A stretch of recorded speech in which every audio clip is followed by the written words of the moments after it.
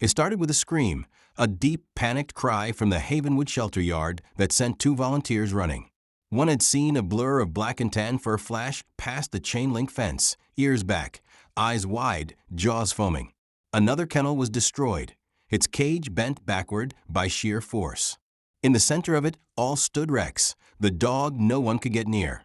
Animal control had brought him in 2 weeks earlier, found wandering alone on the outskirts of a burned-down property, ash clinging to his coat, a chain half melted around his neck.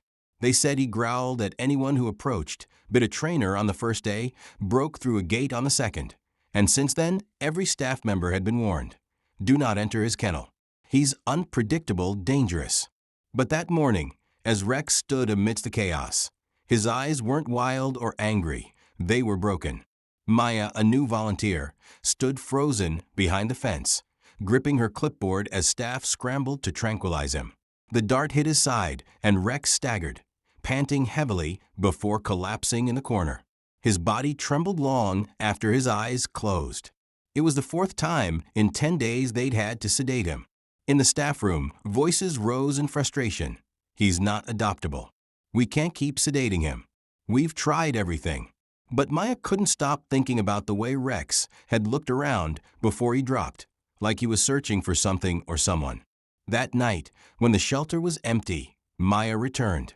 She sat cross-legged outside Rex's enclosure, not speaking, not moving. The sedative had worn off. Rex watched her from the shadows, ears alert, a low growl rising in his throat, but she didn't flinch. She opened a peanut butter jar, placed it near the bars, slid it just close enough for him to reach, and whispered, "I don't think you're mean.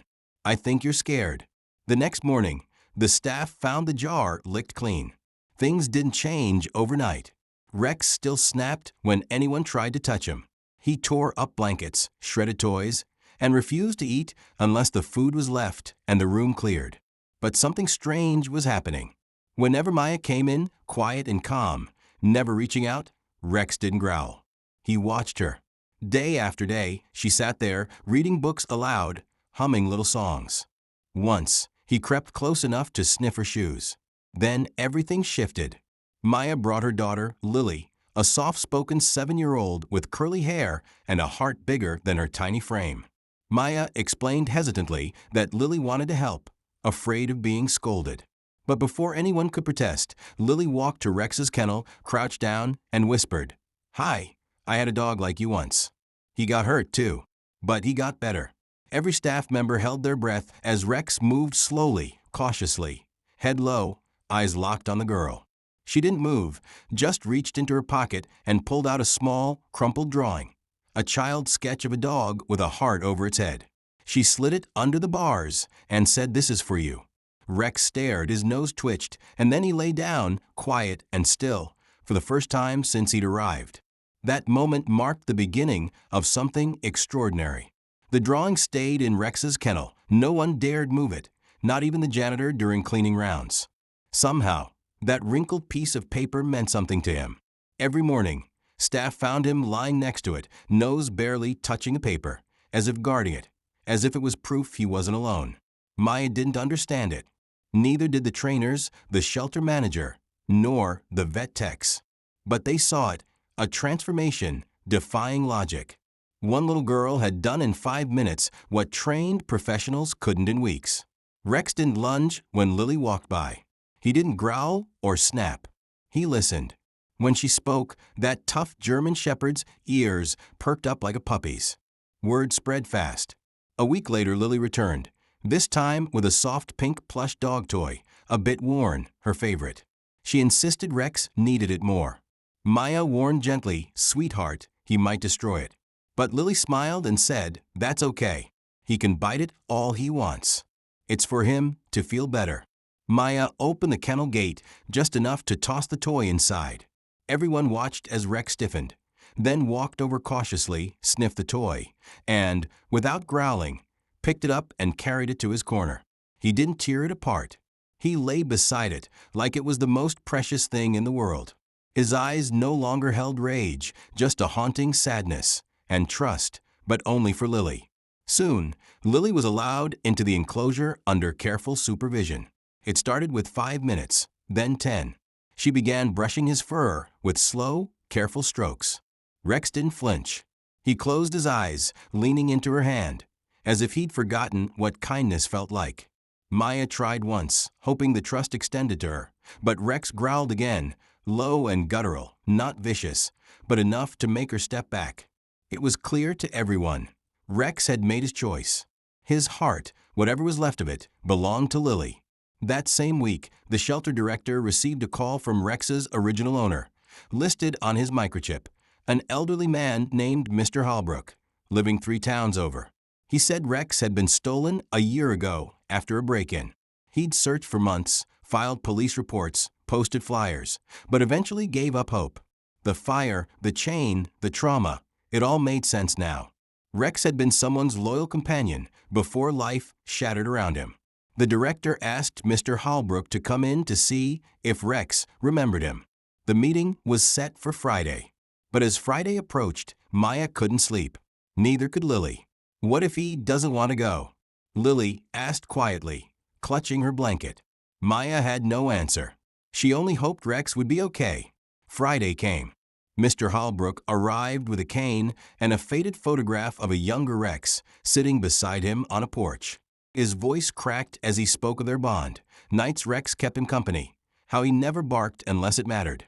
When Rex saw the man step through the shelter gates, something in him shifted. His ears perked up, not in fear or warning, just alert. He stood slowly, plush toy in his mouth, and stared through the wire fence. Mr. Holbrook's hand trembled around the photo, his cane barely supporting him as he moved closer. The staff fell silent. Even Lily held her breath. Mr. Holbrook knelt slowly, groaning with age, and placed the photograph on the floor near the cage. "Do you remember this, boy?" he said softly. "You used to sleep right here, beside me, every night for 8 years." Rex took one step forward, then another. He didn't growl or bark. His eyes fixed on the man's face, as if trying to connect the dots through the fog of his memory. He sniffed the air, then lowered his head, almost touching the ground. Everyone watched, unsure which way this would turn.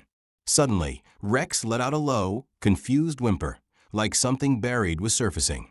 He dropped the toy and took another step, then another, his paws padding carefully until he was nose to wire with Mr. Holbrook.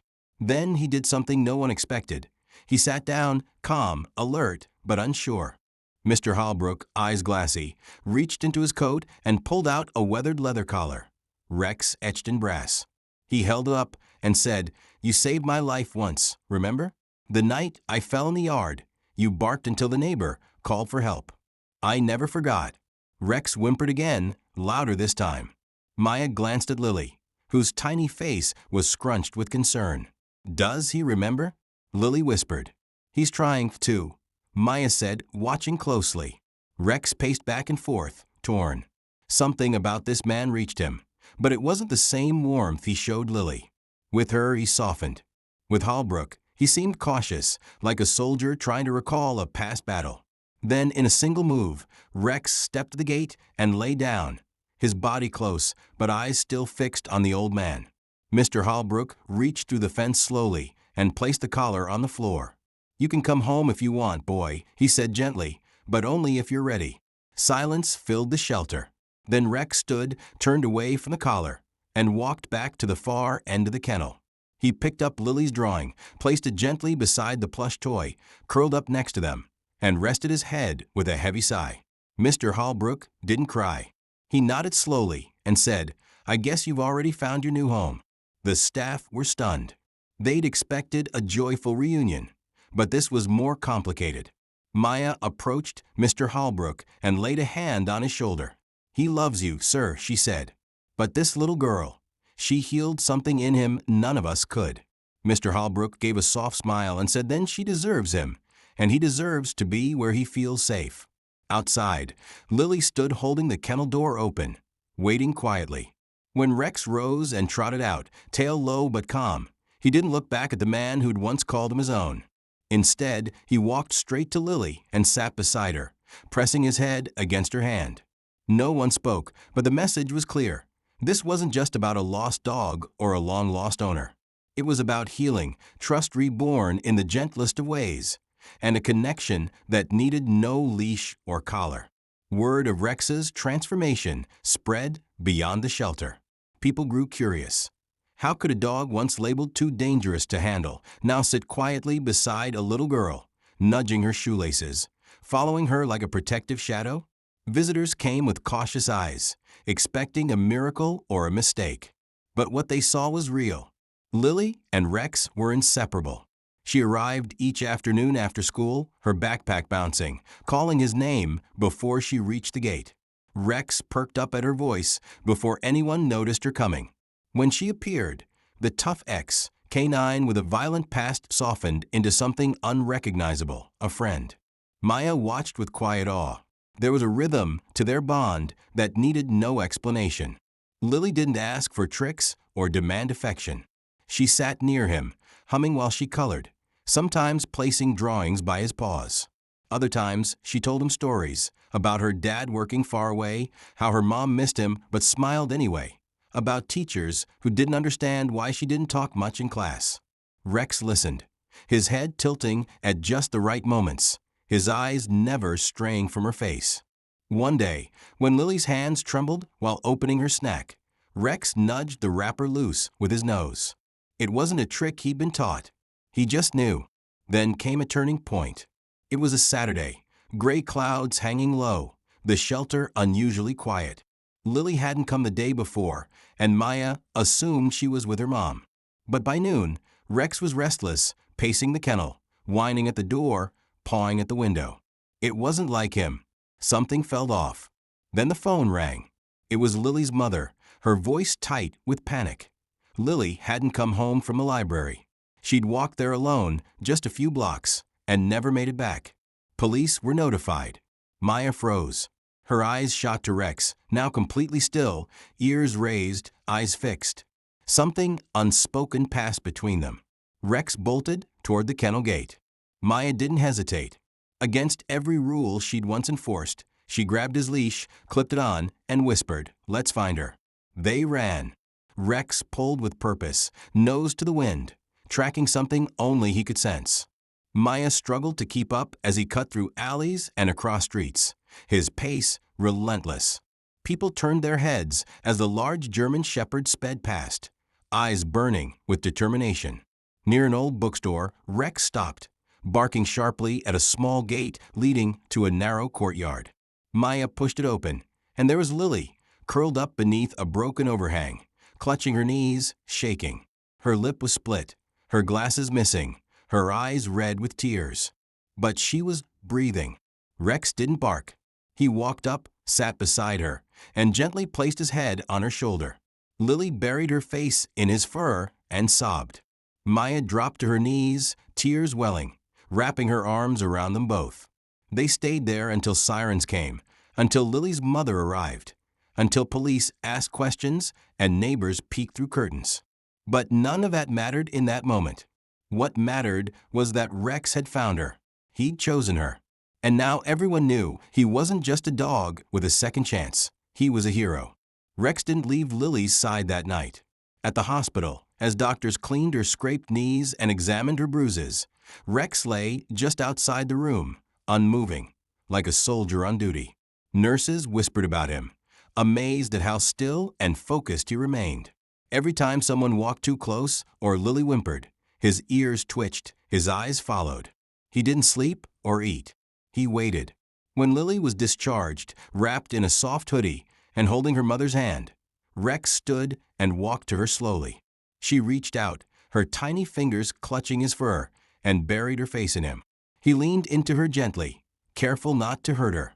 It was a hug that needed no words, a silent promise. The story spread like wildfire. Newspapers ran headlines the next morning. Aggressive rescue dog saves missing girl. Blogs, local radio. Even the evening news carried segments about Rex, the once feared German shepherd who became the guardian no one expected. People who'd once ignored the shelter stopped by with flowers, treats, and teary-eyed thank yous. Strangers asked to meet Rex. Children clutched their parents' hands and peered into his eyes with admiration. But Rex didn't notice the fame.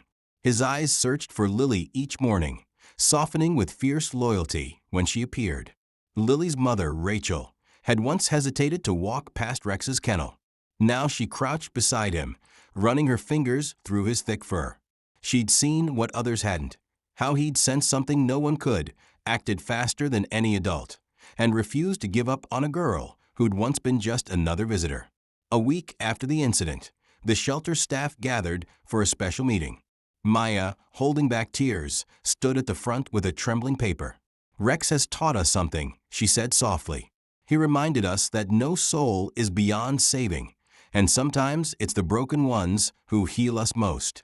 She looked at Lily and her mother in the front row. "We've had adoption offers from all over," Maya continued, "but there's only one place Rex truly belongs." She walked to Lily and knelt. "If you'll have him, Rex is yours."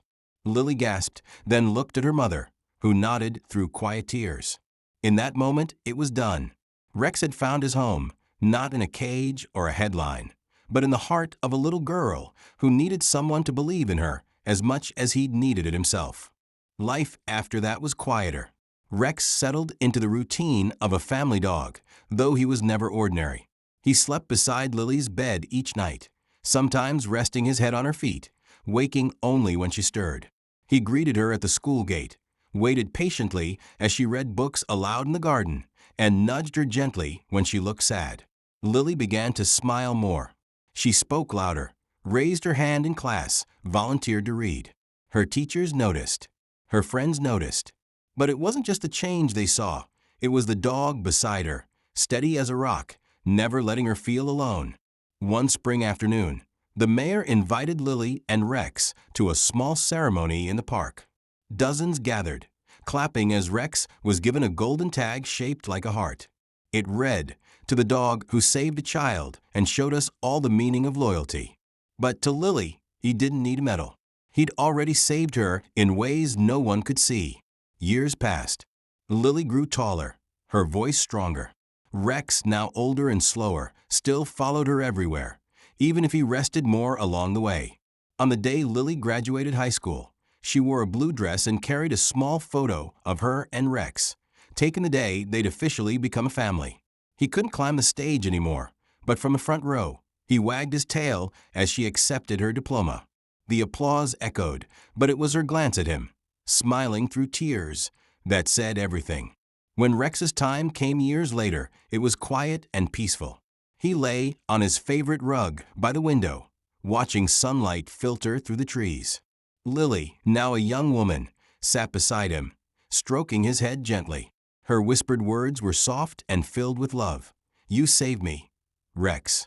I'll never forget. That day, the world lost a dog, but Lily kept his spirit alive in every life she touched. She went on to work with rescue dogs, helping others, like Rex, find homes and healing. Sometimes, when the wind blew gently through the trees, she swore she could hear the soft thump of a tail wagging behind her. Because love like that, real, fierce, and loyal, never truly goes away. It lives on in every heart it touches.